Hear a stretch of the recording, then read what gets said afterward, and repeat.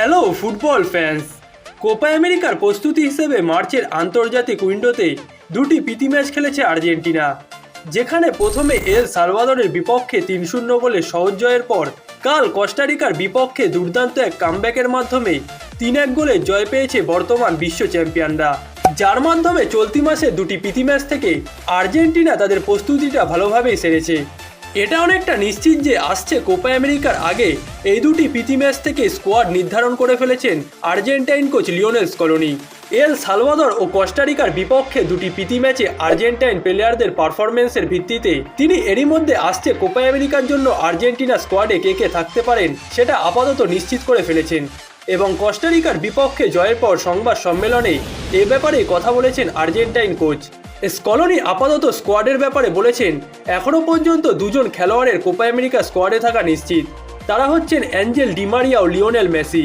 হামস্ট্রিংয়ে পাওয়া চোটে যুক্তরাষ্ট্রে আর্জেন্টিনার এই দুটি প্রীতি ম্যাচে খেলেননি মেসিকে ছাড়া এই দুটি প্রীতি ম্যাচের প্রথমটিতে এল সালভাদরের বিপক্ষে সহজ জয় পেলেও আর্জেন্টিনাকে কাল কস্টারিকার বিপক্ষে প্রথমার্ধে বেশ বড় পরীক্ষা দিতে হয়েছে।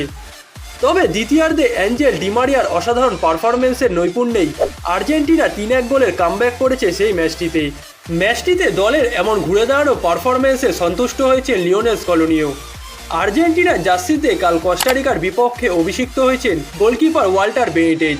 তিনি কোপা আমেরিকায় আর্জেন্টিনা স্কোয়াডের সঙ্গে থাকবেন কিনা এ প্রশ্নে লিওনেল স্কলোনি বলেছেন, বেনিতেজ স্কোয়াডের সঙ্গে থাকতেও পারেন, কারণ সে এখানে দলের সঙ্গে আছে, কিন্তু আমি কারো জায়গার নিশ্চয়তা দিতে পারি না, শুধু একজন বাদে, সে হচ্ছে লিওনেল মেসি। এছাড়া ডিমারিয়ারও স্কোয়াডে থাকা নিশ্চিত। ২০ জুন যুক্তরাষ্ট্রে শুরু হবে কোপা আমেরিকা। আর্জেন্টিনা এই টুর্নামেন্টটির ডিফেন্ডিং চ্যাম্পিয়ন হয়ে প্রথম ম্যাচেই মাঠে নামবে। বর্তমানে আর্জেন্টিনা দলে ওয়ার্ল্ড ক্লাস ফুটবলারদের কমতি নেই, আক্রমণ ভাগ হোক, মিডফিল্ড হোক কিংবা ডিফেন্স, সব জায়গাতে লিওনেল স্কলোনির হাতে ভালো মানের খেলোয়াড়ের অপশান আছে।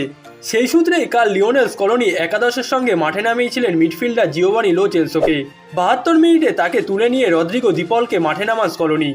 আর্জেন্টিনা দলে বর্তমান ফুটবল বিশ্বের অন্যতম সেরা মিডফিল্ডারদের পেয়ে বেশ সন্তুষ্ট স্কলোনি। সংবাদ সম্মেলনে তিনি বলেছেন, দলে সবসময়ই ভালো মিডফিল্ডার আছে। এজাকুয়েল প্যালাসিওস এই সফরে আসেনি। এছাড়াও গুইদো রদ্রিগেস আপাতত বাইরে আছে। থিয়াগো আলমাদা আছে অনূর্ধ্ব ২৩ দলের সঙ্গে। তাই দুশ্চিন্তার কিছু নেই, কারো পারফরমেন্স খারাপ হলে আরেকজন খেলবে। আসছে কোপা আমেরিকায় আর্জেন্টিনার ডিফেন্স, মিডফিল্ড ও আক্রমণ ভাগ কেমন হতে পারে সেই নিয়ে খুব দ্রুতই কন্টেন্ট আসতে চলেছে। আশা করি সবাই পাশেই থাকবেন। ধন্যবাদ সবাইকে।